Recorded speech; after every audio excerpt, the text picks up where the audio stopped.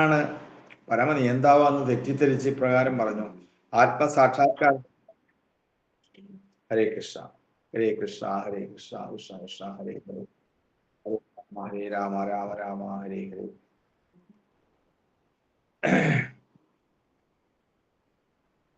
അതായത് ഇന്ദ്രയജ്ഞം മുടക്കിയത് കൃഷ്ണനാണെന്ന് മനസ്സിലാക്കിയപ്പോൾ ദേവേന്ദ്രൻ അത്യന്തം ക്രുദ്ധനായി എന്നും വൃന്ദാവനവാസികൾ മുഴുവൻ കൃഷ്ണന്റെ നേരിട്ടുള്ള സംരക്ഷണത്തിലാണെന്നും ദേവേന്ദ്രൻ അറിയാം. എന്നിട്ടും തൻ്റെ രോക്ഷം മുഴുവൻ നന്ദൻ തുടങ്ങിയ ഗോപന്മാരുടെ നേർക്കാണ് അദ്ദേഹം പ്രകടിപ്പിച്ചത്. മേഘങ്ങളുടെ അധിപനാണല്ലോ ഇന്ദ്രൻ. ഉടൻ തന്നെ അദ്ദേഹം സാംവർത്തക എന്ന മേഘത്തെ വിളിച്ചു വരുത്തി. അതാണ് സാംവർത്തക എന്ന മേഘത്തെയാണ് വിളിച്ചു വരുത്തി ഈ പ്രപഞ്ച പ്രത്യക്ഷത്തെ പ്രളയാബ്ദിയിൽ ആഴ്ത്തണമെന്ന് തോന്നുമ്പോഴൊക്കെ സാംവർത്തകത്തെയാണ് വിളിക്കുക പതിവ്. വൃന്ദാവനം മുഴുവൻ പ്രളയ ജലത്തിൽ ആഴ്ത്താൻ ദേവേന്ദ്രൻ സാംവർത്തകത്തോട് ആജ്ഞാപിച്ചു. താനാണ് സർവേശ്വരൻ എന്നായിരുന്നു അസുരബുദ്ധി മൂലം ദേവേന്ദ്രന്റെ നാട്യം. അതാണ് ആ ഒരു അഹങ്കാരം, ഞാനാണിതെല്ലാം, എൻ്റേതാണിതെല്ലാം എന്നുള്ള ആസുരിക ബുദ്ധിയാണ്. അതാണ് നമ്മുടെ കലിയുഗത്തിൽ കൂടുതൽ ആൾക്കാർക്കും സംഭവിച്ചുകൊണ്ടിരിക്കുന്നത്. ആസുരബുദ്ധി മൂലം ദേവേന്ദ്രന്റെ നാട്യം. അസുരന്മാർ ശക്തി പ്രാപിക്കുമ്പോൾ പരമനിയന്താവായ പരമ്പൊരുളിനെ ധിക്കരിക്കാൻ തുടങ്ങും. ഇന്ദ്രൻ അസുരനല്ല, എന്നിട്ടും തൻ്റെ ഭൗതികമായ സമുന്നത നിലയിൽ അദ്ദേഹം അഹങ്കരിച്ചിരുന്നു.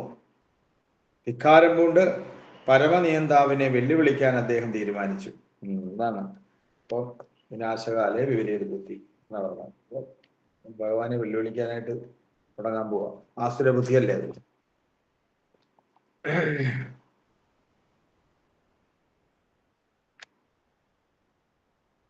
ഇന്ദ്രൻ അസുരനല്ല, എന്നിട്ടും തൻ്റെ ഭൗതികതയെ സമുന്നത നിലയിൽ അദ്ദേഹം അഹങ്കരിച്ചിരുന്നു. ധിക്കാരം കൊണ്ട് പരമനിയന്താവിനെ വെല്ലുവിളിക്കാൻ അദ്ദേഹം തീരുമാനിക്കുകയും അക്കാലത്തേക്കെങ്കിലും കൃഷ്ണനോളം വലിയവനാണെന്ന് താനെന്ന് അദ്ദേഹം കരുതി.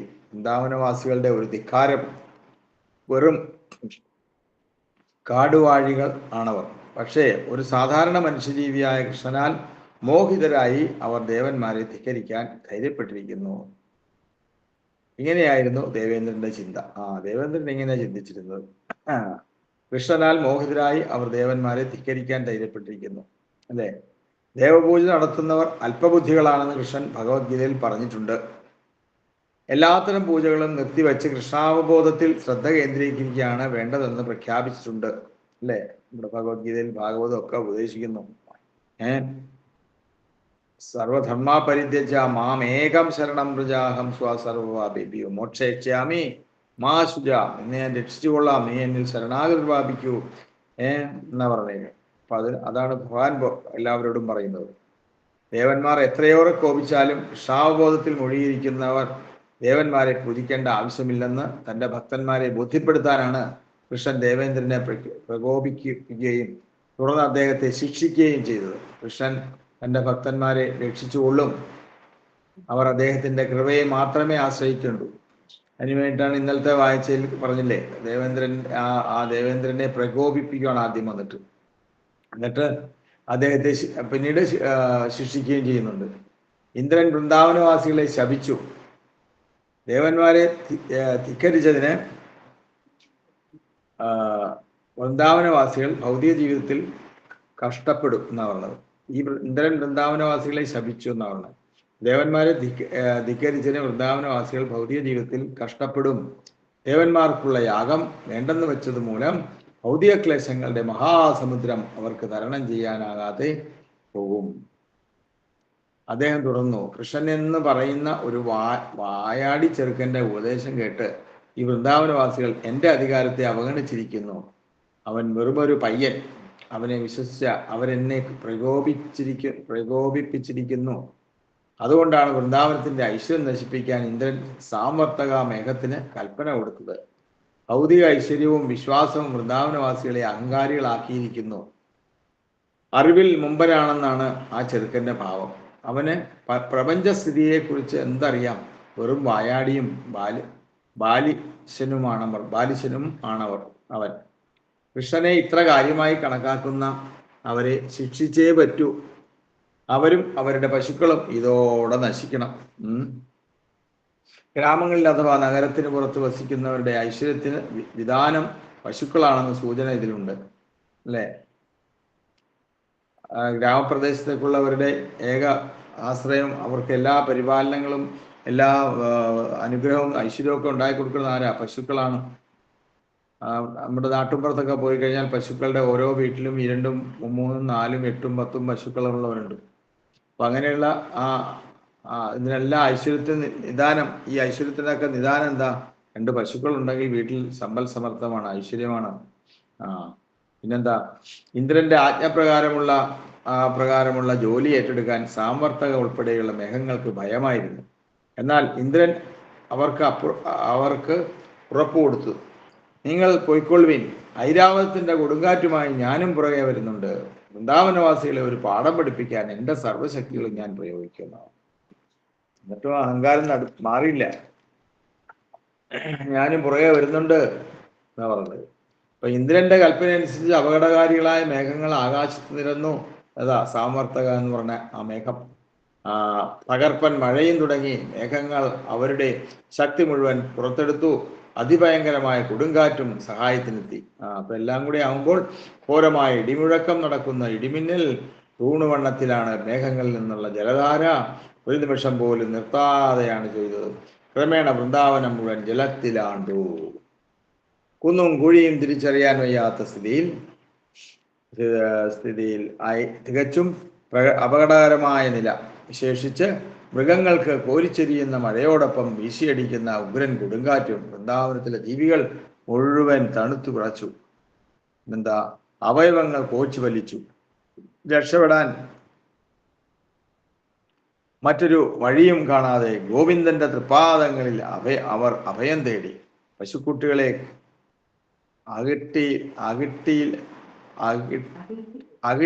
അകിട്ടടിയിലാക്കി. മഴയിൽ നിന്ന് രക്ഷിക്കാനുള്ള വിഫല ശ്രമവുമായി പശുക്കളും ഭഗവാന്റെ മുന്നിലെത്തി. വൃന്ദാവനവാസികൾ ഒന്നടങ്കം ഭഗവാൻ കൃഷ്ണനോട് പ്രാർത്ഥിച്ചു തുടങ്ങി. പ്രിയപ്പെട്ട കൃഷ്ണ, അവിടുന്ന് സർവശക്തനാണ്, ഭക്തവത്സലനാണ്. ഇന്ദ്രന്റെ ശല്യത്തിൽ നിന്ന് ഞങ്ങളെ രക്ഷിക്കൂ എന്ന് പറഞ്ഞു. അതുപോലെ യാഗം നടത്തി ബഹുമാനിക്കാതിരിക്കുന്നതിനാൽ ഇന്ദ്രൻ പകപോക്കുകയാണെന്ന് കൃഷ്ണന് മനസ്സിലായി. അല്ലേ? ആദ്യം തന്നെ ഇന്ദ്രനെ ഒരു ഇതായിട്ടുള്ള എല്ലാ കാര്യങ്ങളൊക്കെ ഉണ്ടായിരുന്നു. അതിലൂടെ ഇന്ദ്രന് ദേഷ്യം വന്നിരിക്കുവോ? അപ്പോൾ അങ്ങനെ അകാലത്തുള്ള ഈ പേമാരിയും കൊടുങ്കാറ്റുമൊക്കെ ഒരു പകയുടെ ഫലമായിട്ട് പകപോക്കലാണെന്ന് മനസ്സിലായി. മനഃപൂർവ്വമായി ഇന്ദ്രൻ പ്രകടിപ്പിക്കുന്ന രോക്ഷമാണ്. അതിനാൽ കൃഷ്ണൻ തീരുമാനിച്ചു, സർവേശ്വരൻ എന്ന് സ്വയം ഭാവിക്കുന്ന ഈ ദേവൻ വമ്പ് കാണിക്കുകയാണ്. അതുകൊണ്ട് എൻ്റെ നിലയ്ക്കൊത്ത മറുപടി ഞാൻ കൊടുക്കണം എന്ന് ഇന്ദ്രൻ തീരുമാനിച്ചിരിക്കുകയാണ്. പ്രപഞ്ച കാര്യങ്ങൾ അതല്ലേ നമ്മുടെ രാജ്യത്തൊക്കെ നടക്കണം. ഇത് കാര്യങ്ങൾ തന്നെയാണ്. നമ്മൾ എവിടെയായാലും ഇങ്ങനെയുള്ള ആസുരിക സ്വഭാവമുള്ളവരുള്ളിടത്തൊക്കെ ഇങ്ങനെയാണ് സംഭവിക്കുന്നത്. പ്രപഞ്ച കാര്യങ്ങൾ നിർവഹിക്കുന്നതിൽ ഇന്ദ്രനും സ്വതന്ത്ര അധികാരമില്ലെന്ന് പഠിപ്പിച്ചു കൊടുക്കാം. അധികാര ശക്തി അയാളെ ദുരഹങ്കാരിയായി മാറ്റിയിരിക്കുന്നു. ആ അഹങ്കാരം തീർത്തേ പറ്റൂ. ദേവന്മാരൊക്കെ എൻ്റെ ഭക്തന്മാരാണ്. എൻ്റെ അതീശ്വത്വം മറന്ന് അവർക്ക് പ്രവർത്തിക്കാനാകില്ല. എങ്ങനെയോ ഭൗതിക ശക്തി മൂലം ഇന്ദ്രൻ അഹങ്കാരിയായി തീർന്നിരിക്കുന്നു. അധികാരം അയാളെ മത്തുപിടിപ്പിച്ചിരിക്കുന്നു. ഈ ദുരഭിമാനത്തിൽ നിന്ന് ഇയാളെ രക്ഷിക്കണം. എൻ്റെ സംരക്ഷണത്തിലും ഇപ്പോൾ എൻ്റെ കാരുണ്യത്തെ മാത്രം ആശ്രയിക്കുന്നവരുമായ വൃന്ദാവനത്തിലെ എൻ്റെ നിർമ്മല ഭക്തന്മാരെ രക്ഷിച്ചിട്ടാവാം മറ്റു കാര്യങ്ങൾ. അപ്പൊ ഭഗവാൻ ഒരു ദൃഢപ്രതിജ്ഞ എടുത്തുണ്ട്. ഭഗവാൻ ഭക്തന്മാരെ നമേ ഭക്തപ്രണശ്യതി, എൻ്റെ ഭക്തരെ ഞാൻ രക്ഷിച്ചു കൊള്ളാം എന്നുള്ള ഉറപ്പാണ് ഭഗവാൻ ഭക്തർക്ക് കൊടുത്തിരിക്കുന്നത്. അതാണ് ഭക്തവത്സലൻ. ആ ദയാശീലനായുള്ള ഭഗവാൻ ഏത് സാഹചര്യത്തിലും ഭഗവത് ഭക്തരെ രക്ഷിക്കുകയുള്ളാം എന്നുള്ള ദൃഢവ്രതമാണ് ഭഗവാൻ എടുത്തിരിക്കുന്നത്. അപ്പൊ അതേപോലെ നമ്മൾക്കും ഈ ചെറിയ ഇങ്ങനെയുള്ള കാര്യങ്ങളൊക്കെ നമ്മുടെ ഉള്ളിലും മനസ്സിലും നമ്മൾ താമസിക്കുന്ന സ്ഥലത്തും ഒക്കെ ഇങ്ങനെ സംഭവിക്കാറുണ്ട്. പക്ഷെ നമ്മൾ ഭഗവാന്റെ ആശ്രയത്തിൽ, ഭഗവത് സാമ്രാജ്യം അല്ലെങ്കിൽ ഭഗവാനാണ് ഏക ആശ്രയം, ആ മുകുന്ദനായുള്ള മുക്തിദായകനായുള്ള മുകുന്ദനാണ് ഏക ആശ്രയം എന്നുള്ള വിശ്വാസത്തോടെ നമ്മൾ ചിന്തിക്കുകയും പറയുകയും പ്രവർത്തിക്കുകയും ചെയ്തു കഴിഞ്ഞാൽ തീർച്ചയായിട്ടും നമുക്കും ഭഗവാൻ ഒരു നിശ്ചിതമായിട്ടുള്ള ആ ഒരു ഇതിലേക്ക് നമ്മളെയും ഭഗവാൻ രക്ഷിക്കും. മേ ഭക്തപ്രണസ്ഥിതി അതാണ്. അപ്പൊ ഭഗവാന്റെ ആ ലീലകളൊക്കെ ഇതിനു വേണ്ടിയിട്ടാണ് ഇങ്ങനത്തെ ലീലകളൊക്കെ ഗോവർദ്ധനോത്തരണം ഇങ്ങനത്തെ ലീലകളൊക്കെ എപ്പോഴും നമ്മൾ വായിക്കുകയും പഠിക്കുകയും സത്സംഗത്തിൽ ചർച്ച ചെയ്യുകയും ചെയ്യും. അങ്ങനെ പറഞ്ഞു കഴിഞ്ഞാൽ ഭഗവാൻ പറയുന്നു, ഏ ധാമാം പ്രപദ്യന്തേ താംസ്തദൈവ ഭജാമ്യഹം മമ വർത്തമന്താനുവാർത്തന്ത മനുഷ്യ പാർത്ത സർവശ. നിനക്ക് വേണ്ടതായ എല്ലാ കാര്യങ്ങളും ഞാൻ ചെയ്തു തരും, അവാർഡും റിവാർഡും ഒക്കെ ഞാൻ തരും. പക്ഷെ നീ എന്നിൽ ശരണാഗതിയാകൂ, എൻ്റെ നാമം ജപിക്കൂ, എൻ്റെ വ്രതങ്ങളൊക്കെ നടത്തൂ, എടുക്കൂ, സത്സംഗത്തിൽ പല പല ശാസ്ത്രങ്ങൾ വായിക്കൂ, ഭാഗവതം ഭഗവത്ഗീത ഒക്കെ ചെയ്തു കഴിഞ്ഞാൽ എപ്പോഴും അതാണ് പറയണത്, ഏത് സമയത്തും ഭഗവാനുമായിട്ടുള്ള നിർബന്ധമായിട്ടുള്ള ബന്ധം, കൃഷ്ണ സംബന്ധം ഉണ്ടായിരിക്കണം. എന്നാൽ അതാണ് ഭഗവാന്റെ, അതും പരമദിവ്യോത്തമകൃഷ്ണനായ ഏക ആശ്രയം ഭഗവാനാണെന്നുള്ള ആ രീതിയിൽ.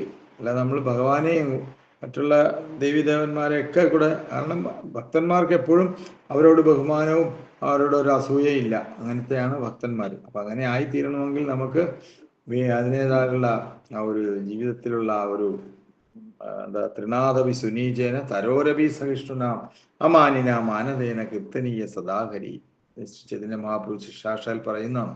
അപ്പൊ എപ്പോഴും ആ ഒരു എന്താ ഒരു ശ്രദ്ധ, ശ്രവണം, പിന്നെന്താ മറ്റുള്ളവരോട് ദയാ, കാരുണ്യം, ഇതൊക്കെയാണ്. ശ്രവണമാണ് ഏറ്റവും പ്രാധാന്യമേറിയത്. അതിലൂടെ ഇതെല്ലാം നമ്മുടെ മനസ്സിനെ നമ്മൾ ബുദ്ധി ഉപയോഗിച്ച് ശരിയായ വിധം കൊണ്ടുനടന്നാൽ മാത്രമേ നമുക്ക് ഇതെല്ലാം പ്രായോഗികമായിട്ട് നമുക്ക്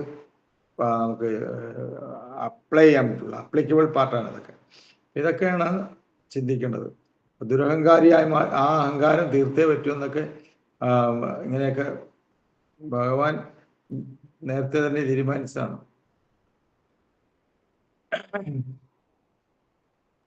അങ്ങനെ എൻ്റെ അതീശത്വം മറന്ന് അവർക്ക് പ്രവർത്തിക്കാനാകില്ല. എങ്ങനെയോ ഭൗതിക ശക്തി മൂലം ഇന്ദ്രൻ അഹങ്കാരിയായി തീർന്നിരിക്കുന്നു. അധികാരം അയാളെ മത്തുപിടിപ്പിച്ചിരിക്കുകയാണ്, അല്ലെ? മത്തുപിടിപ്പിച്ച് നമുക്ക് അറിയാവുന്നതാണ് സമൂഹത്തിലൊക്കെ എന്തൊക്കെയാണ് ആ അഹങ്കാരം കൊണ്ട് മത്തുപിടിപ്പിക്കുമ്പോൾ എന്തെല്ലാം പ്രവർത്തിക്കണം എന്നുള്ള ഒരു കണ്ണും മൂക്കും ഇല്ലാതെ പല പല വേലത്തരങ്ങളാണ് രാജ്യത്തുടനീളം നടക്കുന്നത്. നമ്മൾ ദിവസം കണ്ടുകൊണ്ടിരിക്കുന്ന കാര്യങ്ങളാണ് ഇതൊക്കെ. എന്തുകൊണ്ടാണ്?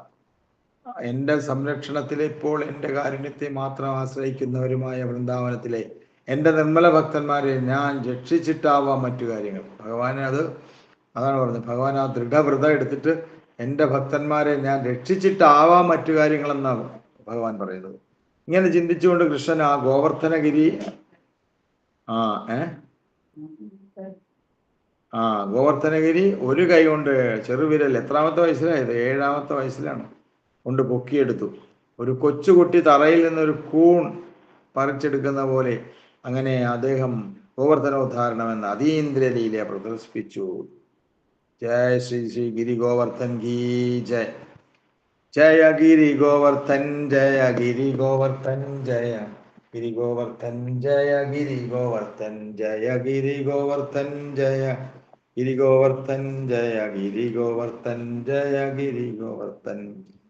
കൃഷ്ണ ഗോവർദ്ധനാഷ്ടകം പാടാം. അത് വളരെ രസകരമായിട്ടുള്ള ഒരു പദ്യാവലിയാണ്.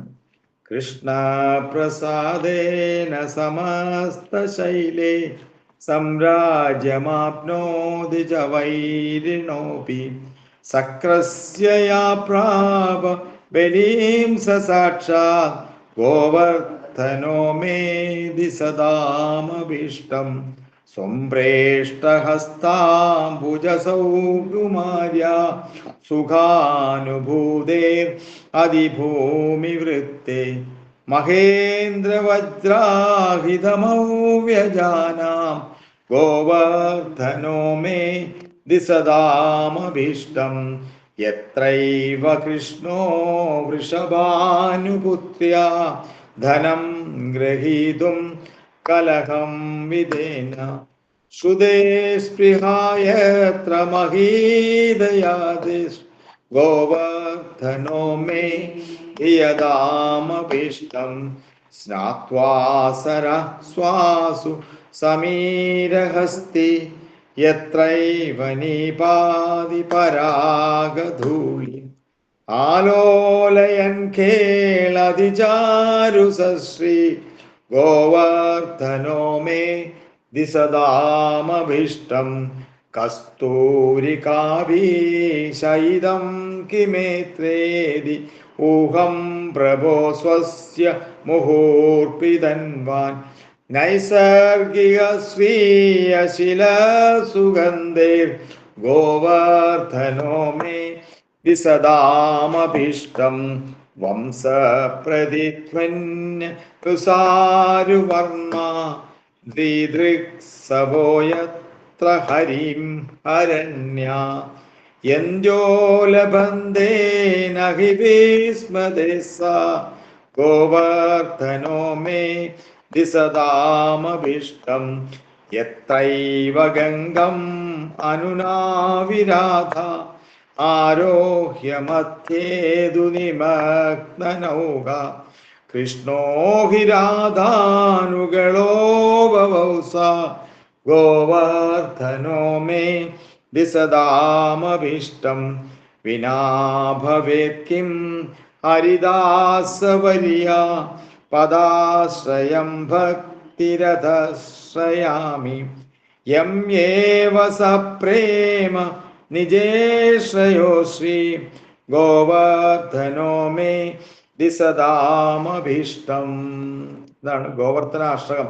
അപ്പൊ ഈ ഗോവർദ്ധനാഷ്ടകം നമ്മളെപ്പോഴും ഈ ഗോവർദ്ധന പർവ്വതത്തെ മനസ്സിൽ കണ്ടുകൊണ്ട് ആ സമയത്ത് എന്നും ഗോവർദ്ധനാഷ്ടകത്തെ നമ്മൾ ഇതുപോലെ മനസ്സിൽ മാനസിക പൂജ ചെയ്യുകയാണെങ്കിൽ നമുക്ക് വളരെയേറെ അങ്ങനെ ചെയ്യുന്ന ഏതൊരു ഭക്തനും ഈ മന്ത്രം ഉരുവിട്ടുകൊണ്ട് അല്ലെങ്കിൽ ഈ ഗോവർദ്ധനാഷ്ടകം ഉരുവിട്ടുകൊണ്ട് എന്താ പറഞ്ഞ അവരുടെ മനസ്സ് പ്രണയാർദ്രമാവുകയും രാധാമാധവ പാദങ്ങളെ പ്രാപിക്കുകയും ചെയ്യുന്നതാണ്. അത്രത്തോളം മഹത്വമുള്ളതാണ് ഈ ഗോവർദ്ധനാഷ്ടകം. അപ്പൊ ഇത് ഗോവർദ്ധന പർവ്വതത്തിൽ അത് മടങ്ങി 24 കിലോമീറ്റർ പ്രദക്ഷിണം ചെയ്യണം. അതിന് ചില ഭക്തന്മാര് ഇരുന്നുകൊണ്ട് കിടന്നുകൊണ്ട് ഒക്കെ പ്രദക്ഷിണം ചെയ്യുന്നുണ്ട്. അപ്പൊ അവിടെ പോയാൽ വൃന്ദാവനത്തിൽ പോയതൊക്കെ നമുക്ക് അതിൻ്റെയൊക്കെ മാധുര്യം നമുക്ക് അറിയാൻ പറ്റും. അപ്പൊ നിങ്ങൾക്ക് ഇവിടെ നമ്മളെ ഇസ്കോൺ ഗുരുവായൂരൊരു വൃന്ദാവനമുണ്ട്.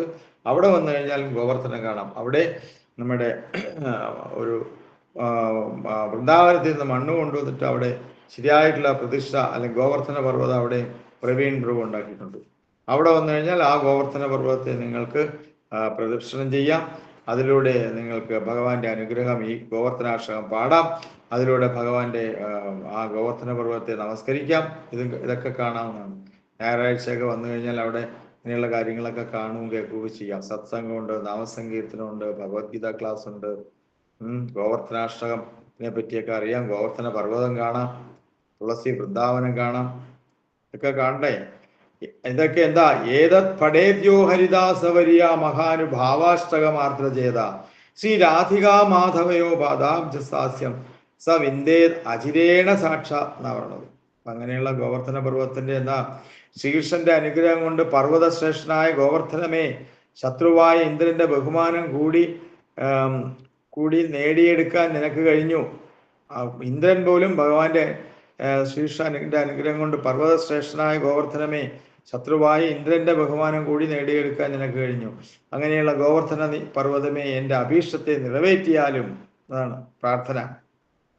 അതാണ് ഈ ശ്ലോകത്തിന്റെ പ്രാർത്ഥന എന്ന് പറയുന്നത്, അർത്ഥം എന്ന് പറയുന്നത്. ശ്രീകൃഷ്ണന്റെ താമരപ്പൂവത്ത കൈകളുടെ സ്പർശനമേൽക്കുക മൂലം ഭൂമിയിൽ നിന്ന് ഉയർന്നു നിന്നിട്ടും ഇന്ദ്രന്റെ ഇടിമിന്നലിനെ ഭയക്കാതെ സംതൃപ്തിയിൽ കഴിയുന്ന ഗോവർദ്ധന പർവ്വതമേ, എൻ്റെ അഭീഷ്ടത്തെ നിറവേറ്റിയാലും.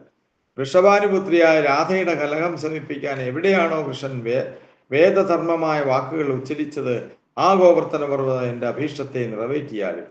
പൊയ്കയിൽ ഉല്ലസിച്ചു കളിച്ച ആന ഇളങ്കാറ്റിൽ വരുന്ന കദംബവൃക്ഷത്തിലെയും മറ്റു പൂമ്പൊടിയെയും വഹിച്ച് ഉല്ലസിക്കുന്ന ആ ഗോവർദ്ധന പർവ്വതം എൻ്റെ അഭീഷ്ടത്തെ നിറവേറ്റിയാലും. അപ്പോൾ ഗോവർദ്ധന പർവ്വതത്തോടുള്ള പ്രാർത്ഥന എന്ന് പറഞ്ഞാൽ വളരെ ഗംഭീരമാണ്. കാറ്റിനുള്ള കസ്തൂരി ഗന്ധം കസ്തൂരിമാനിൽ നിന്നാണോ, കൃഷ്ണ സാന്നിധ്യം കൊണ്ടാണോ, പർവ്വതത്തിന്റെ തന്നെ സ്വാഭാവിക ഗന്ധമാണോ എന്നറിഞ്ഞുകൂടാ. അങ്ങനെയുള്ള ഗോവർദ്ധന പർവ്വതം എൻ്റെ അഭീഷ്ടത്തെ നിറവേറ്റിയാലും. ഓടക്കുഴൽനാഥത്തിന്റെ പ്രതിധ്വനിയുടെ പിറകെ പോയ മാനിനെ ശ്രീ ഹരിയെ കാണാൻ കഴിയുന്നില്ല. അങ്ങനെയുള്ള ഗോവർദ്ധന പർവ്വതം എൻ്റെ അഭീഷ്ടത്തെ നിറവേറ്റിയാലും. നദിയിൽ രാധയോടത്ത് നീങ്ങവേ വഞ്ചി നദീ മധ്യത്തിൽ മുങ്ങുകയും ഭയചകിതയായ അവൻ കൃഷ്ണന്റെ കഴുത്തിൽ പിടിച്ചു തുടങ്ങുകയും അദ്ദേഹം കൂടുതൽ സന്തുഷ്ടവാനായി കാണപ്പെടുകയും ചെയ്തു. അല്ലയോ ഗോവർദ്ധന പർവ്വതമേ, എൻ്റെ അഭീഷ്ടത്തെ നിറവേറ്റിയാലും. ശ്രീഹരിയുടെ പാദങ്ങളെ ആശ്രയിക്കാതെ ഭക്തദാസന്മാർക്ക് ദൈവീയമായ സേവനം സാധ്യമല്ല. അല്ലയോ ഗോവർദ്ധന പർവ്വതമേ, എൻ്റെ അഭീഷ്ടത്തെ സാധിച്ചാലും. അപ്പൊ ഭഗവാന്റെ ആ ശ്രീഹരിയുടെ അല്ലെങ്കിൽ ഗോവർദ്ധന പർവ്വതത്തിന്റെ ആ ഭാഗത്തെ അല്ലെങ്കിൽ ഭഗവാന്റെ പാദത്തെ, ഗുരുവായൂരപ്പന്റെ പാദത്തെ നമ്മൾ ആശ്രയിക്കുക തന്നെ ഏക വഴിയുള്ളൂ കലിയുഗത്തിൽ എന്നാ പറയണത്. അങ്ങനെയുള്ള ഗോവർദ്ധന പർവ്വതത്തിൽ നമുക്ക് ആ ഒരു ഗോവർദ്ധന ഈ കുടക്കീഴിൽ എന്താ പറഞ്ഞ, ഈ കുടക്കീഴിൽ നിങ്ങളെല്ലാം സുരക്ഷിതരാണ് എന്നാ പറഞ്ഞ ഭഗവാൻ. വന്നുകൊള്ളുവിൻ, ഈ പർവ്വതം എൻ്റെ കയ്യിൽ നിന്ന് താഴെ വീഴുമെന്ന് പേടിക്കണ്ട. എല്ലാരും പേടിച്ചു പോയി, ചെറുവിരലല്ലേ എടുത്തു നോക്കിയിരിക്കണേ. അതും 7 വയസ്സുള്ള ബാലൻ. നോക്കൂ എത്ര മനോഹരമാണ്. അതുകൊണ്ടാണ് ഒരു ബൃഹത്തായ കുട പോലെ നിങ്ങൾക്ക് രക്ഷ നൽകുന്ന ഈ പർവ്വതം ഞാൻ ഉയർത്തിപ്പിടിച്ചിരിക്കുന്നത്. തൽക്കാലത്ത് വിഷമത്തിൽ നിന്നുള്ള ആശ്വാസത്തിന് അത് മതി. താൽക്കാലികമായ വിഷമമില്ല, എല്ലാമുള്ള പ്രശ്നങ്ങളെല്ലാം മാറിക്കിട്ടും. ശോകമോഹ ഭയങ്ങളെല്ലാം മാറിക്കിട്ടും എന്ന് പറഞ്ഞു. ബൃഹത്തായ കുടക്കീഴിൽ മൃഗങ്ങളുമായി സന്തോഷത്തോടെ കഴിഞ്ഞുകൂടുക. ഇങ്ങനെ കൃഷ്ണൻ പറഞ്ഞതോടെ വൃന്ദാവനവാസികൾ മുഴുവൻ സമസ്ത വസ്തുക്കളോടുമൊത്ത് എല്ലാവരും പശുക്കളെയും എല്ലാവരുമായിട്ട് ഇവിടെ വന്ന് സുസുഖം ഗോവർദ്ധന പർവ്വതം എന്ന കുടക്കീഴിൽ പ്രവേശിച്ചു. അതാണ് ഗോവർദ്ധന പർവ്വതത്തിന് ശ്രീ ഗോവർദ്ധനാഷ്ടകം കീ ജയ്. ഗോവർദ്ധന പർവ്വതത്തിൽ നമ്മളും ആ കുടക്കീഴിൽ, ഭഗവാന്റെ ഈ കുടക്കീഴിൽ പ്രവേശിക്കാം എന്നാണ്. ഭക്തന്മാരും കേട്ടുകൊണ്ടിരിക്കുന്നവർക്കൊക്കെ വളരെ ഭാഗ്യം ചെയ്തവരാണ്. വിശപ്പ്, ദാഹം തുടങ്ങി ഒന്നിൻ്റെയും അലലില്ലാതെ 7 ദിനരാത്രങ്ങൾ മുഴുവൻ വൃന്ദാവനവാസികൾ അവിടെ തന്നെ കഴിച്ചുകൂടി. ഇടത് കൈയിലെ ചെറുവിരൽ കൊണ്ട് ആ വലിയ പർവ്വതത്തെ കൃഷ്ണൻ ഉയർത്തിപ്പിടിച്ചിരിക്കുന്നു കണ്ട് അവർ അത്ഭുതാധീനരായി. കൃഷ്ണന്റെ അതിസാധാരണമായ യോഗശക്തി കണ്ട് തന്റെ തീരുമാനത്തിൽ സംഭ്രാന്തി പൂണ്ട് ദേവേന്ദ്രൻ അശ്നിപാതമേറ്റ പോലെ സ്തബ്ധനായി പോയി. ഒരു നിമിഷം പോലും വൈകാതെ പിന്മാറാൻ ഇന്ദ്രൻ മേഘങ്ങളോട് ആവശ്യപ്പെട്ടു. സാമർത്ഥക എന്ന മേഘത്തോടൊക്കെ പറഞ്ഞു, പോരൂ, ഇനി അവിടെ നിൽക്കണ്ട, മേഘങ്ങളെല്ലാം തിരിച്ചു പോരൂ, പിന്മാറി. ആകാശം തെളിഞ്ഞു, സൂര്യൻ പ്രദൃശ്യമായപ്പോൾ കൊടുങ്കാറ്റ് നിന്നു. അന്നു മുതൽ ഗോവർദ്ധനധാരി അറിയപ്പെടുന്ന പരമ്പൊരുളായ കൃഷ്ണൻ പറഞ്ഞു, പ്രിയപ്പെട്ട ഗോപന്മാരെ, എല്ലാം അവസാനിച്ച സ്ഥിതിക്ക് കുട്ടികളും വസ്തുവകകളും പശുക്കളും ഒക്കെ ആയിട്ട് ഇനി നിങ്ങൾക്കും പോകാം. എല്ലാവരും പശുക്കളെ ആയിട്ട് ഗ്രാമത്തിലുള്ള എല്ലാവരും ഓടി ആ കുടക്കീഴിൽ വന്ന് നിൽക്കുന്നവരാണ്. അവരെ എല്ലാം പറഞ്ഞു, നിങ്ങൾക്കും പോകാം. പ്രളയം അവസാനിച്ചിരിക്കുന്നു. നദികളിലെ വെള്ളം കുറഞ്ഞ കരകൾക്കുമുള്ളിൽ ഒതുങ്ങിയിരിക്കുന്നു. അതാണ് എല്ലാവരുടെയും അഹങ്കാരവും കുറഞ്ഞു. നിങ്ങളെല്ലാം പോയി അവരവരുടെ വീട്ടിലേക്ക് പോയിക്കൊള്ളൂ. എല്ലാവരും അവരവരുടെ വിലപ്പെട്ട സാധനങ്ങളും പശുക്കളും ഒന്നും എടുക്കാൻ മറക്കണ്ട. മറ്റ് സാധന സാമഗ്രികളൊക്കെ ആയിട്ട് സാവകാശം അവിടെ വിട്ടു എല്ലാവരും പോയി കഴിഞ്ഞപ്പോൾ ഭഗവാൻ കൃഷ്ണൻ ഗോവർദ്ധന പർവ്വതം പഴയ സ്ഥലത്ത് തന്നെ തിരികെ വെച്ചു. അതുവരെ ചെറുവിരലിൽ പൊക്കി പിടിച്ചുകൊണ്ടിരിക്കുകയാണ്. എല്ലാം കഴിഞ്ഞപ്പോൾ വൃന്ദാവനവാസികൾ കൃഷ്ണനെ പരമാനന്ദത്തോടെ മാറോടണച്ചു. ആ ഭക്തപത്സലൻ ഭഗവാൻ ആനന്ദപ്രിയനായുള്ള ഭക്തപ്രിയൻ സ്വഭാവേന തന്നെ കൃഷ്ണനോട് ഏറെ വാത്സല്യമുള്ള ഗോപികൾ അദ്ദേഹത്തെ തങ്ങളുടെ കണ്ണുനീരിൽ കുതിർന്ന തൈര് നൽകി. ഭഗവാനത് പഞ്ചാമൃതം പോലെയാണ്. ഗോപികളുടെ കണ്ണീരിൽ കുതിർന്ന തൈര് എന്ന് പറയുന്നത്. അദ്ദേഹത്തിന്റെ മേൽ നിരന്തരം അനുഗ്രഹങ്ങൾ വർഷിക്കുകയും ചെയ്തു. നന്ദനും ശക്തരിൽ ശക്തനായ ബലരാമനും അമ്മമാരായ യശോദാമയും രോഹിണിയും കൃഷ്ണനെ വീണ്ടും വീണ്ടും മാറി മാറി ആശ്ലേഷിച്ചു. നൈസർഗിക വാത്സല്യ ഭാവത്തോടെ അനുഗ്രഹാസികൾ അർപ്പിച്ച് സിദ്ധചാരണ ഗന്ധർവാദി ലോകങ്ങളിലെ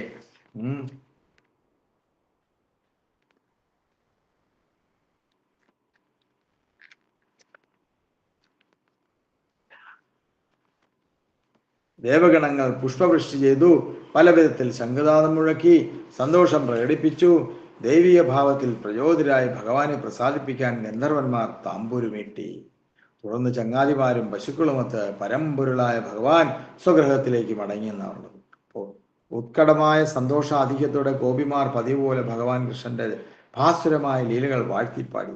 ആ ഗാനങ്ങൾ അവരുടെ ഹൃദയത്തിൽ അടിത്തട്ടിൽ നിന്ന് പൊന്തി വന്നതായിരുന്നു. അപ്പം ഭഗവാന്റെ ആ പരമ്പൊരുളായ ഭഗവാൻ ഇങ്ങനെയൊക്കെ ചെയ്ത കാര്യങ്ങളൊക്കെ ഓർത്തുകൊണ്ട് ഗോപികുമാർ പതിവ് പോലെ തന്നെ ആ കൃഷ്ണന്റെ ലീലകളൊക്കെ പിന്നെയും പിന്നെയും വാഴ്ത്തി പാടാൻ തുടങ്ങുകയാണ്.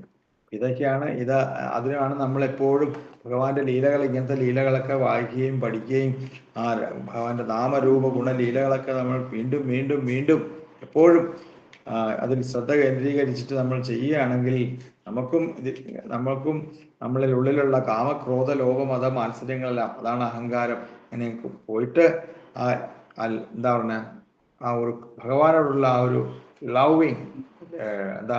ലവിങ് ഡിവോഷൻ സർവീസ് എന്നാണ് പ്രേമഭക്തിയുത സേവ. നമ്മളിപ്പോൾ ഭക്തി എന്ന് പറഞ്ഞാൽ വെറുതെ ഒരു വിളക്ക് കത്തിച്ച് അത് തിരി കത്തിച്ചു, അല്ലെങ്കിൽ നമ്മളൊരു കൈ കൊണ്ടെന്ത് തൊഴുതു, ഇന്നൊക്കെ എന്താ തരണേ അല്ല അത് തരണേ ഇതെന്നല്ല. ഭഗവാനുമായിട്ടുള്ള ഒരു എന്താ പറയുക ഒരു യോഗ പ്രക്രിയയിൽ ഏർപ്പെടുകയാണ് ഈ നിത്യവും. അതും 24 മണിക്കൂർ സതതം കീർത്തയന്തോമാന്നുള്ളത്. അല്ലാതെ ഒരു ദിവസം തുടങ്ങി ഒരു ദിവസം കഴിഞ്ഞു, ഇന്നല്ല നാളെ വേണ്ട, അല്ലെങ്കിൽ ഇന്ന് എനിക്ക് അത് പറ്റില്ല, ഞാൻ അങ്ങനെയാണ് ഇങ്ങനെയാണെന്ന് പറയില്ല. എന്നും എപ്പോഴും ഏത് ദിവസവും സതതം എപ്പോഴും. അപ്പൊ അങ്ങനെ ഇതൊക്കെ ചെയ്യുമ്പോൾ ഭഗവാന്റെ ആ കൃപ നമ്മളിൽ ചൊരിയുകയും അതിലൂടെ നമ്മുടെ എല്ലാവിധമായ പുണ്യപാപ കർമ്മങ്ങളെല്ലാം അതിലൂടെ ശുദ്ധിയാകുകയും നമ്മുടെ ചിത്തം ശുദ്ധിയാകുകയും അതിലൂടെ നമുക്ക് എല്ലാവിധ കാര്യങ്ങളായ ഐശ്വര്യങ്ങൾ നമുക്കുണ്ടാകുകയും അതിലൂടെ നമ്മളിലേക്ക് നമ്മുടെ ബുദ്ധി മനസ്സിനെ കൺട്രോൾ ചെയ്യാനുള്ള ആ പവർ നമ്മൾ നേടിയെടുക്കുന്നതാണല്ലോ. അതിലൂടെ നമുക്ക് ഭഗവാനുമായിട്ടുള്ള ഒരു യോഗത്തിൽ ആ യോഗ പ്രക്രിയ എന്താണ്, എന്നും ഭഗവാനുമായിട്ടുള്ള ബന്ധം, ഗാഠബന്ധം, നിർബന്ധേ കൃഷ്ണസംബന്ധി, ആ ഒരു രുചി ഒന്ന് വന്നു കഴിഞ്ഞാൽ നമുക്ക് നമ്മുടെ ജീവിതത്തിൽ ഏറ്റവും വലിയ വിജയമായി തീരാം. അതാണ് നമ്മുടെ ഏറ്റവും വലിയ വിജയം എന്ന് പറയുന്നത്. ആ ഒരു ഭാഗ്യമാണ് സൗഭാഗ്യം.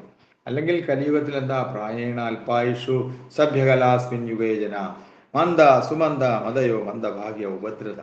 ഡെയിലി ദിനംതോറും ഏത് സമയത്തും ഉപദ്രവവും പ്രശ്നങ്ങളും വഴക്കും വക്കാണവും, മനസ്സിന് മനസ്സെപ്പോഴും ചാഞ്ചാടിക്കൊണ്ടിരിക്കുന്നു. എന്ത് ചെയ്യണം, അതിനെന്ത് വേണം, ഇതിനെന്ത് വേണം, ഇങ്ങനെയുള്ള പ്രക്ഷുബ്ധങ്ങളിലൊന്നും അലയടിക്കാതെ ആ മനസ്സിനെ നമ്മൾ ഏകാഗ്രമാക്കിയിട്ട് ഏകാന്തഭക്തി ഗോവിന്ദേ, ആ ഗോവിന്ദനുമായിട്ടുള്ള ബന്ധം നമ്മൾ പുനഃസ്ഥാപിക്കാനാണ് ഭഗവാൻ നമ്മളോട് പറഞ്ഞിരിക്കുന്നത്. എന്നിട്ട് നീ എൻ്റെ സ്വധാമത്തിലേക്ക് തിരിച്ചു വരൂ, എൻ്റെ വീട്ടിലേക്ക് തിരിച്ചു വരൂ, ഇറങ്ങും പോകരുത് എന്ന് പറയുന്നു. ആ ധാമത്തിലേക്ക് നമ്മൾ തിരിച്ചു ചെല്ലാൻ നമ്മൾ പ്രാപ്തനാകണം. അതിന് നമ്മളിൽ നിന്നുള്ള ചില എഫേർട്ട് വേണം, എന്നാൽ മാത്രമേ പറ്റുള്ളൂ. അല്ലാതെ നമ്മൾ പാസ്പോർട്ടും വിസയൊന്നും ഇല്ലാതെ എയർപോർട്ടിൽ പോയി നമ്മൾ ആരെങ്കിലും കൊണ്ടുപോകും ഗൾഫിലേക്ക്? ഇല്ല. അതേപോലെ നമുക്ക് പ്രോപ്പറായിട്ടുള്ള ആ ഒരു ശരിയായിട്ടുള്ള ഇതിനെ പറ്റിയുള്ള ഭക്തിപൂർവം മാത്രമേ പറ്റുള്ളൂ. അത് ശരിയായിട്ടുള്ള ഭക്തി, നിഷ്കാമ ഭക്തി, അതങ്ങനെയാണ്. മറ്റുള്ള ആഗ്രഹങ്ങളൊന്നുമില്ലാതെ ഭഗവാനോട് ഒരു ഭക്തി ഉണ്ടായാൽ മാത്രമേ ശരിയായ വണ്ണം നമുക്ക് ഇതൊക്കെ സാധിച്ചെടുക്കാൻ പറ്റുള്ളൂ. അതിനുവേണ്ടിയിട്ടാണ് നമ്മൾ ഇങ്ങനെയുള്ള സത്സംഗം, നാമസങ്കീർത്തനം, ചില പ്രഭുപാദിന്റെ മഹത്തായ കൃപ കൊണ്ട് മാത്രമാണ് നമുക്ക് ഇതെല്ലാം സാധിക്കുന്നത്, അല്ലെ? ചൈതന്യ മഹാപ്രഭു വന്നിട്ടുള്ള ആ പ്രേമരസം, ആ മാധുര്യ പ്രേമരസം, അതാണ് ആ മാധുര്യ പ്രേമരസത്തിലൂടെ മാത്രമാണ് നമുക്ക് ഇതൊക്കെ സാധിക്കുന്നത്. അല്ലെങ്കിൽ നമുക്കറിയാം, നമ്മൾ ഹരേ കൃഷ്ണ മഹാമന്ത്രം ജപിച്ച നാൾ തൊട്ട് നമുക്ക് ആ മാധുര്യ പ്രേമരസം അനുഭവപ്പെട്ടു. അതാരാ? ചൈതന്യ മഹാപ്രഭു തന്നിട്ടുള്ളതാണ്. ചൈതന്യ മഹാപ്രഭു പറഞ്ഞു തന്നിട്ടുള്ള ആ മാധുര്യ പ്രേമരസമാണ് ഏറ്റവും വലുത്.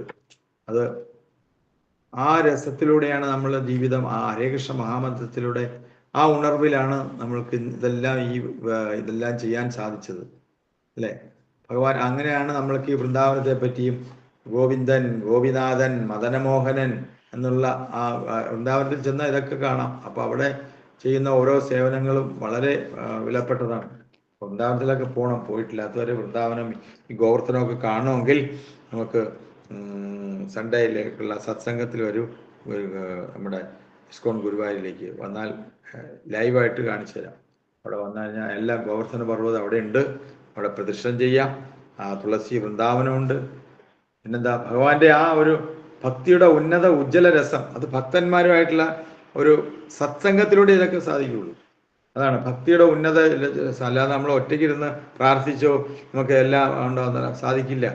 സത്സംഗം, സാധുസംഗ, ലവ മാത്രേ സാധുസംഗേ സർവസിദ്ധി എന്നാണ്. ലവ മാത്രേ, അത് ലവം എന്ന് പറഞ്ഞാൽ കണ്ണടയ്ക്കുന്ന, കൺപില്ലി അടയ്ക്കുന്ന. ലവ മാത്രേ സാധുസംഗേ സർവസിദ്ധി ആണ്. ശ്രീമതി ആ സച്ചിദേവിയുടെ പുത്രൻ എന്നറിയപ്പെടുന്ന പരമപുരുഷൻ ഭഗവാൻ നിങ്ങളുടെ ഹൃദയത്തിൽ അന്തഃപുരത്തിൽ എന്നെന്നും വസിക്കുമാറാകട്ടെ. ആരാണ്? ചൈതന്യ മഹാപ്രഭു. രാധാകൃഷ്ണ സ്വരൂപം എന്നാണുള്ളത്. ആ രാധാകൃഷ്ണ സ്വരൂപമായിട്ടുള്ള ചൈതന്യ മഹാപ്രഭു തന്നെ കാരണമില്ലാ കരുണയാൽ ഈ കലിയുഗത്തിൽ ഇപ്പോൾ അവതരിച്ചിരിക്കുകയാണ്. ഒരു കാരണവും ഇല്ലാതെ എല്ലാവർക്കും വാരിക്കോരി അതിലൂടെ എല്ലാം ആ അനുഗ്രഹം കൊടുത്തിരിക്കുകയാണ്. അതാണ് ജഗായി മതായിയുടെ ഒക്കെ കഥകളൊക്കെ നിങ്ങൾക്ക് അറിയാൻ പറ്റും. അപ്പം അങ്ങനെയുള്ള എല്ലാവർക്കും കൊടുത്തിരിക്കുകയാണ്. ആ കലിയുഗത്തിൽ ഇപ്പോൾ അവതരിച്ചിരിക്കുകയാണ്. മുൻപെങ്ങും മറ്റൊരവതാരവും നൽകാൻ എന്താണത്? ഭക്തിയുടെ ഉന്നത ഉജ്ജ്വല രസമായ മാധുര്യ പ്രേമരസം. അതാണ്, അത് കിട്ടാൻ വേണ്ടിയിട്ടാണ് നമ്മൾ ഈ ജന്മത്തിൽ ഭാഗ്യവാന്മാരെന്നുണ്ട്. അങ്ങനെയുള്ളവരാണ് ഭാഗ്യവാന്മാർ. അതുകൊണ്ടാണ് ഈ കലിയുഗം വളരെ കലിർദോഷ നിധേരാജൻ അഷ്ടിഹേതോ മഹാഗുണ, ഒരു മഹാഗുണമുണ്ട്. എന്താണ്? കീർത്തനാദേവ കൃഷ്ണസ്യ മുക്തസംഗ പരമ്പതി. ഭഗവാന്റെ തിരുനാമ സങ്കീർത്തനം ജപിക്കൂ. ഹരേ കൃഷ്ണ കൃഷ്ണ കൃഷ്ണ ഹരേ ഹരേ, ഹരേ രാമ രാമ രാമ ഹരേ ഹരേ. ഏത് രീതിയിലും കേന പ്രകാരണ സ്തോപം ഹേളന എന്ന് വെച്ചാൽ കളിയാക്കിക്കൊണ്ടായാലും അല്ലെങ്കിൽ ഏത് രീതിയിലാണെങ്കിലും നമുക്ക് ഏത് രീതിയിലാണ് ജപിച്ചാലും അവർക്ക് ഹരേ കൃഷ്ണ മഹാമന്ത്രം ജപിക്കുന്നതിലൂടെ എല്ലാ കാര്യവും സാധിക്കുമെന്നാണ്. സർവ ഉപാധി വിനിർമുക്തം തത്പരത്തേന നിർമ്മലം കൃഷികേശ സേവനം. നമ്മുടെ ഇന്ദ്രിയങ്ങൾ കൊണ്ട് ഭഗവാനെ സേവിക്കുക. എല്ലാം കണ്ണും മൂക്കും വായും നഖവും മനസ്സും എല്ലാം ഉപയോഗിച്ച്, കൈകാലുകളെല്ലാം ഉപയോഗിച്ച് അംബരീഷ് മഹാരാജാവിനെ കൂട്ട്. അപ്പൊ അങ്ങനെ ആ മാധുര്യ പ്രേമരസം അനർപ്പിത് ചരിം ചിരാ കരുണയാവതീർണാം കലോ സമർപ്പയത് ഉന്നത ഉജ്ജലരസം സ്വഭക്തി ശ്രിയം ഹരിപുരുട സുന്ദരീ ദിഗദംബ സന്ദീപത സദാഹൃദയകന്ധരേ സുഹൃസ്ഫുരുതുവാ സച്ചിനന്ദന. ആ സച്ചിനന്ദനന്റെ അതാണ് മാധുര്യ പ്രേമരസം എന്ന ചൈതന്യ മഹാപ്രഭു. ആ ചൈതന്യ മഹാപ്രഭുവിന്റെ രാധാകൃഷ്ണ സ്വരൂപമായ ചൈതന്യ മഹാപ്രഭു തന്ന അനുഗ്രഹം കൊണ്ടാണ് ശിലപ്രഭുപാദിന്റെ കൃപ കൊണ്ട് നമുക്ക് ഇങ്ങനെയൊക്കെ ഈ മനുഷ്യജന്മത്തിൽ ഇങ്ങനെയുള്ള അത്ഭുതകരമായുള്ള ഭഗവാന്റെ ആ മാധുര്യ പ്രേമരസം, ഭഗവാനുമായിട്ടുള്ള നിർബന്ധമായിട്ടുള്ള കൃഷ്ണ സംബന്ധത്തിൽ നമുക്കും ഒരു പാത്രമാകാൻ ഹരിയുടെ ആശ്രയത്തിൽ ജീവിക്കാനുള്ള ഒരു ആഗ്രഹം അല്ലെങ്കിൽ ഒരു കർമ്മം നമ്മളിൽ ഉണ്ടായി. അതിനുവേണ്ടി നമുക്ക് എന്താ ചെയ്യേണ്ടത്? എല്ലാ ദിവസവും നിരന്തരമായിട്ട് ഭഗവാന്റെ തിരുനാമം 16 മാല ജപിക്കുക. ഹരേ കൃഷ്ണ കൃഷ്ണ കൃഷ്ണ ഹരേ ഹരേ, ഹരേ രാമ രാമ രാമ ഹരേ ഹരേ. ഹരിബോൾ. ഇന്നത്തെ ദിവസം എന്ന് പറയുന്നത് നിങ്ങൾക്ക് എല്ലാവർക്കും അറിയാവുന്നതാണ് ശ്രീ ജഗന്നാഥ് ഭഗവാന്റെ ആ ഒരു കൃപ. ഇന്ന് ജഗന്നാഥ് രഥയാത്രയാണ്. കേരളത്തിൽ പല സ്ഥലങ്ങളിലും ഇന്ന് രഥയാത്ര ആഘോഷിക്കുന്നുണ്ട്. പുരിയിൽ നിങ്ങൾക്ക് കാണാവുന്നതാണ് ലൈവായിട്ട് രഥയാത്ര ആഘോഷിക്കുന്നത്. ലോകത്തിലെ ഏറ്റവും കൂടുതൽ ഭക്തന്മാർ സംഘടിക്കുന്ന സ്ഥലമാണ് ഒറീസയിൽ പുരി എന്ന് പറയുന്ന സ്ഥലത്ത്. അവിടെ രഥയാത്ര, ജഗന്നാഥ് ബലദേവ് സുഭദ്രാമയി രഥത്തിൽ വന്ന്, ജഗന്നാഥിന്റെ ഒരു രഥം, സുഭദ്രാമയ്ക്ക് ഒരു രഥം, ജനങ്ങളെ കാണാനായിട്ട് ഭക്തന്മാരെ അങ്ങോട്ട് ചെല്ലുന്നില്ലെങ്കിൽ ഇങ്ങോട്ട് ഭഗവാൻ നമ്മൾ പുറത്തേക്ക് വരികയാണ് അല്ലേ. നമ്മളിപ്പോൾ ഭഗവാൻ ഇവിടെ ആനപ്പുറത്ത് ഭഗവാന്റെ വിഗ്രഹം കൊണ്ട് പുറത്തേക്ക് വരുന്ന എഴുന്നള്ളിക്കില്ലേ. അപ്പൊ ആ ഭക്തന്മാരെ കാണാനായിട്ട് ഭഗവാൻ വരികയാണ്. അതേപോലെ ആ ജഗന്നാഥ് ബലദേവ് സുഭദ്രാമയി വർഷത്തിലൊരിക്കൽ ഈ ഭഗവാനെ കാണാനായിട്ട് ഇറങ്ങിയിരിക്കുകയാണ്. അപ്പൊ ഇന്നാണ് അതിന്റെ രഥയാത്ര എന്ന് പറഞ്ഞ ദിവസം. പല സ്ഥലങ്ങളിലും തൃശ്ശൂര് ആണെങ്കിൽ തൃശ്ശൂര് സൗത്ത് വൃന്ദാവനത്തിലുണ്ട്. പിന്നെ ഇന്ന് ചിയാരം എന്ന് പറഞ്ഞ സ്ഥലത്തുണ്ടായിരുന്നു. ഭക്തി വിനോദ് മഹാരാജ അവിടെ എത്തിയിട്ടുണ്ടായിരുന്നു.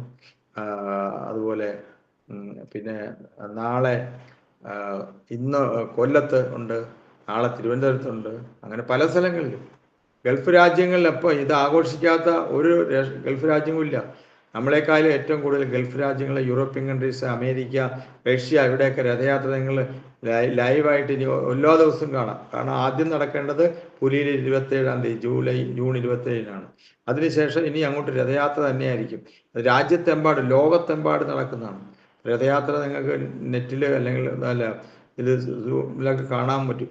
എവിടെ എത്ര ആഘോഷമായിട്ടാണ് ആ ഭഗവാന്റെ രഥയാത്ര നടത്തുന്നത്. നമുക്കും അതിൽ പങ്കാളികളാകണം. ആ രഥയാത്ര, ആ ഭഗവാന്റെ രഥം വലിക്കുമ്പോൾ നമുക്കും നമ്മുടെ ഉള്ളിലുള്ള പാപങ്ങളെല്ലാം മാറാനും നമുക്ക് നല്ല നല്ല അനുഭവങ്ങൾ ഉണ്ടാകാനും ഭഗവത് പ്രാപ്തി കൈവരിക്കാനും ഉപകരിക്കുന്നതാണ്.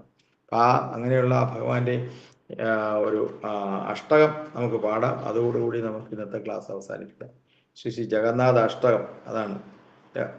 അതിന് സമയമുണ്ടോ? പാടണോ? പറയൂ. ഹരേ കൃഷ്ണ. പഠിക്കോളൂ പ്രഭു. പാടാം പ്രഭു, പാടാം. ഓക്കെ. കഥാചിത് കാളിന്തി തടവി പീന സംഗീത കരവോ മുതാവിരി നാരി വദന കമലാസ്വാദ മധുപാ രമാശംഭു ബ്രഹ്മാമരപതി ഗണേശാചിദ പാദോ ജഗന്നാഥ സ്വാമി നയന പദഗാമി ഭവതു മേ കുചേ സവ്യേ വേണും ശിരസി ശിഖി ഉച്ചം കടിതടേ കൂലം നേത്രാന്തേ സഹചാരി കടാക്ഷം വിധതേ സദാ ശ്രീമദ് വൃന്ദാവന വസതി ലീലാ പരിചയോ ജഗന്നാഥ സ്വാമി നയന പദഗാമി ഭവതു മേ മഹാംബോധേ സ്ഥിരേ തനകരുചിരേ നീലശിഖരേ വസൻ പ്രസാദാന്ത സഹജ ബലഭദ്രേ ബലിനാ സുഭദ്രമധ്യസ്ഥ സകല സുര സേവാവസരദോ ജഗന്നാഥ സ്വാമി നയന പദഗാമി ഭവതു മേ കൃപാപരവാര സജല ജലജ ശ്രീ രുചിരോ രമാസുരതമലപകരേ ഉഘവാ മുഖമുഖ സുരേന്ദ്രരാരാധ്യ ശ്രുതി ഗണശിഖാഗീത ചരിതോ ജഗന്നാഥ സ്വാമി നയന പദഗാമി ഭവതു മേ ധാരുണോ ഗച്ഛൻ പദ്മിനിത ഭൂദേവ കടലേ ശ്രുതിപാദുർഭാവം പ്രതിപദനോപാകർമ്മൻ സദയാ ദയാ സിന്ധുർബന്ധോ സകല ജഗതാം സിന്ധു സുദയാ ജഗന്നാഥ സ്വാമി നയന പദഗാമി ഭവതു മേ പരബ്രഹ്മപീഠ കുവലയദോളോദ്ഭുല്ല നയനോ നിവാസി പഠിക്കുമോ? നിവാസി നീലാദ്രോ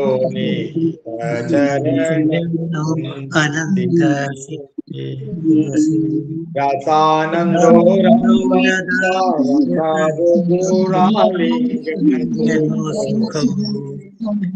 ജഗന്നാഥ സ്വാമി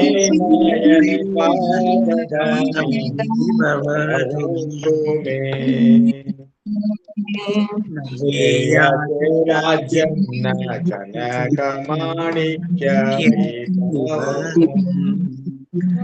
നയാദേഹം രാമാം സകല ജനകാമ്യാം സദകാലേ കാലേ പ്രമദമദീനാംഗീത ചരിതോ ജഗന്നാഥ സ്വാമി ഭവതു മേ ഭാരത്വസംസാരം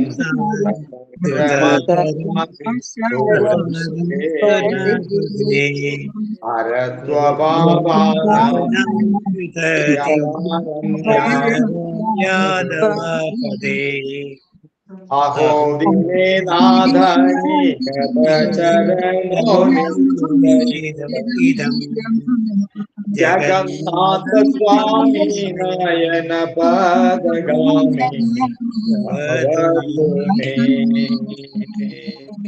ജഗന്നാഥ സ്വാമി നയന പദഗാമി ഭവതുമേ. ജഗന്നാഥാഷ്ടകം പുണ്യം യമപടേ പ്രയതശുചിഃ സർവപാപ വിശുദ്ധാത്മാ വിഷ്ണുലോകം സഗച്ഛതി. അതായത് അന്ധകരണ ശുദ്ധിയുടെ ഗുണാത്മാവായി ഈ 8 പദ്യങ്ങളാകുന്ന അഷ്ടകം കൊണ്ട് ഭഗവാൻ ശ്രീ ജഗന്നാഥ സ്വാമിയെ കീർത്തിക്കുന്നവൻ സർവപാപങ്ങളിൽ നിന്നും മോചിതനായി വിഷ്ണുലോകം അഥവാ വൈകുണ്ഠ ലോകത്തിലെത്തുന്നു എന്നാണ്. അതായത് ആനന്ദാതിര വേളകളിൽ ജഗന്നാഥ സ്വാമി യമുനാതിര വാടികയിൽ തന്റെ പക്കലുള്ള ഓടക്കുഴലിൽ ഉച്ചസ്ഥായിലുള്ള സംഗീതം പൊഴിക്കുന്നു. വിടർന്ന വലിയ താമരപ്പൂവിൽ നിന്ന് തേൻ നുകരുന്ന വണ്ടിനെ പോലെ വ്രജത്തിലുള്ള പാലക ഗ്രഹങ്ങളിൽ സുന്ദര തരുണീമണികളുടെ മുഖകമലങ്ങളാൽ ചുംബിക്കുന്നു. ലക്ഷ്മി, ബ്രഹ്മാവ്, ശിവൻ, ഇന്ദ്രൻ, ഗണേശൻ തുടങ്ങിയ ദേവതകൾ പോലും പാദപൂജ ചെയ്യുന്ന ആ ജഗന്നാഥ സ്വാമി എനിക്ക് ദർശനീയനാകട്ടെ എന്നാ പറഞ്ഞത്. ഇടത് കൈയിൽ ഓടക്കുഴലും ശിരസിൽ മയിൽപ്പീലിയും അരയിൽ മഞ്ഞപ്പൊട്ടും ചാർത്തിയ ജഗന്നാഥ സ്വാമി കൺകോണുകളിൽ തന്റെ ഭക്തരെ കടാക്ഷിക്കുന്നു. ദിവ്യധാമമായ വൃന്ദാവന വ്യാസവേളയിൽ ഉടനീളം അദ്ദേഹം സ്വന്തം ദിവ്യത്വം മറ്റുള്ളവർക്ക് വെളിവാക്കിയിട്ടുണ്ട്. അങ്ങനെയുള്ള ജഗന്നാഥ സ്വാമി എനിക്ക് ദർശനീയനാകട്ടെ. ദിവ്യ സാഗര തീരത്തുള്ള സ്വർണമയമായ നീലാചല പർവ്വതത്തിലെ അത്യുജ്വലമായ കൊട്ടാരത്തിൽ ഭഗവാൻ ജഗന്നാഥ സ്വാമി ബലിഷ്ഠഗാത്രനായ സഹോദരൻ ബലരാമനോടൊപ്പം സഹോദരി സുഭദ്രയോടും കൂടി ഇരുന്നരുളുന്നു. ദേവത ഗണങ്ങളായ അമൃതാത്മാക്കൾക്ക് സേവിക്കുവാൻ ആരാധിക്കുവാനും അവസരം കൊടുക്കുന്ന ആ ജഗന്നാഥ സ്വാമി എന്റെ ദർശനീയനാകട്ടെ എന്നാ പറഞ്ഞത്.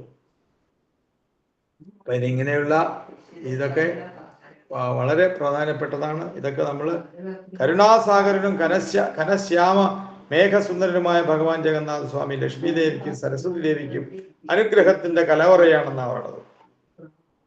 അനഘഖേദാരമായ അദ്ദേഹത്തിന്റെ തിരുമുഖം നിഷ്കലങ്കമായ വിടർന്ന താമരപ്പൂവിനെ സദൃശ്യമാണ്. ഉപനിഷത്തുകൾ കീർത്തിക്കുകയും ദേവതകൾ മഹർഷിമാരും സദാ ആരാധിക്കുകയും ചെയ്യുന്ന ആ ജഗന്നാഥ സ്വാമി എനിക്ക് ദർശനീയമാകട്ടെ.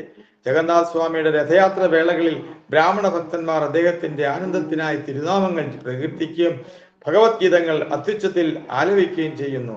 സർവലോക മഹേശ്വരനും സർവ ചരാചരങ്ങളുടെ യഥാർത്ഥ സുഹൃത്തും കരുണാവാരിധിയുമായ അദ്ദേഹം അവരിൽ പ്രസാദിക്കുന്നു. അങ്ങനെയുള്ള ശ്രീ ജഗന്നാഥ സ്വാമി അമൃത മഥന വേളയിൽ പിറന്നവളും തന്റെ വാമാംഗിയുമായ ലക്ഷ്മി ദേവിക്കൊപ്പം എനിക്ക് ദർശനീയനാകട്ടെ. വിടുന്ന താമരപ്പൂതൽ പോലെ മനോഹര മിഴികളോടുകൂടി ബ്രഹ്മശിരസിന് അലങ്കാരമായിരിക്കുന്ന ഭഗവാൻ ജഗന്നാഥ സ്വാമി അദ്ദേഹത്തിന്റെ പാദപത്മങ്ങൾ അനന്തന്റെ ശിരസിലൂന്നി നീലാചലത്തിൽ ദിവ്യധാമത്തിൽ വണരുളുന്നു. പ്രാണപ്രേയസിയായ ശ്രീമതി രാധാറാണിയുടെ ശീതള തടാകം പോലുള്ള പൂവുടൽ ആനന്ദാതിരകത്താൽ ഉണരുന്ന ജഗന്നാഥ സ്വാമി എനിക്ക് ദർശനീയമാകട്ടെ. കേവലം സാധാരണ ജനത്തെ പോലെ സുന്ദരിയായ ഭാര്യ, ധനം, സ്വർണം, മാണിക്യ, രാജ്യാധികാരം എന്നിവയ്ക്ക് വേണ്ടി ഞാൻ ഭഗവാനോട് പ്രാർത്ഥിക്കുകയില്ല. ആരുടെ അവദാനങ്ങളാണ് പരമശിവൻ സദാ കീർത്തിക്കുന്നത്? അങ്ങനെയുള്ള ശ്രീ ജഗന്നാഥ സ്വാമി എനിക്ക് ദർശനം കാട്ടെ. അതാണ് പരമശിവൻ. വൈഷ്ണവാനാം യഥാശംഭോ. ആ ഭഗവാൻ പോലും ഭഗവാൻ ഹരേ കൃഷ്ണ മഹാമന്ത്രമാണ് ജപിക്കുന്നത് എന്നാ പറഞ്ഞത്. ഉപയോഗരഹിതമായ ഈ ഭൗതിക ഗാത്രത്തിൽ നിന്ന് മോചിതനാക്കി സമുദ്രം പോലെ വിശാലമായ എൻ്റെ പാപസഞ്ചയങ്ങൾ അവിടുന്ന് നശിപ്പിച്ചു കളയണേ. ദേവാദിദേവനായ ഭഗവാനെ, ഈ വിശ്വത്തിന്റെ അഭയകേന്ദ്രമായ അങ്ങയുടെ ചരണകമലങ്ങളിൽ നമസ്കരിക്കുന്നവരെ പാദസ്പർശനത്താൽ അനുഗ്രഹീതമാക്കുന്ന ആ ജഗന്നാഥ സ്വാമി എനിക്കും ദർശനീയമാകട്ടെ. ഇത്രയൊക്കെ നമുക്ക് ജഗന്നാഥ സ്വാമിയുടെ ആ കൃപ കൊണ്ട് നമുക്ക് ഇന്ന് പോയില്ലെങ്കിലും നമ്മൾ മനസ്സുകൊണ്ട് ആ രഥത്തെ വലിക്കുകയും ജഗന്നാഥ ബലദേവ് സുഭദ്രാമയി നിൽക്കുന്ന ആ രഥത്തെ വലിക്കുകയും ആ രഥം വലിച്ചു കഴിഞ്ഞാൽ മാനസികമായിട്ടുള്ള പൂജ അർപ്പിച്ചു കഴിഞ്ഞാൽ തീർച്ചയായിട്ടും ആ ഭഗവാന്റെ പാതാരബിന്ദങ്ങളിൽ നമസ്കരിക്കുന്നവരുടെ പാദസ്പർശത്താൽ അനുഗ്രഹിതനായിരിക്കുന്ന ആ ജഗന്നാഥ സ്വാമി എല്ലാവരെയും അനുഗ്രഹിക്കട്ടെ എന്ന പ്രാർത്ഥനയോടുകൂടി നമുക്ക് ഇന്നത്തെ ക്ലാസ് ഇവിടെ ഉപസംഹരിക്കാം. ഹരേ കൃഷ്ണ ഹരേ കൃഷ്ണ കൃഷ്ണ ഹരേ ഹരേ കൃഷ്ണ ഹരേ ഹരേ കൃഷ്ണ പ്രഭുജി കൃഷ്ണ കൃഷ്ണ പ്രഭുജി ഹരേ കൃഷ്ണ ജയ ജയ ഹരേ രാമ ഹരേ രാമ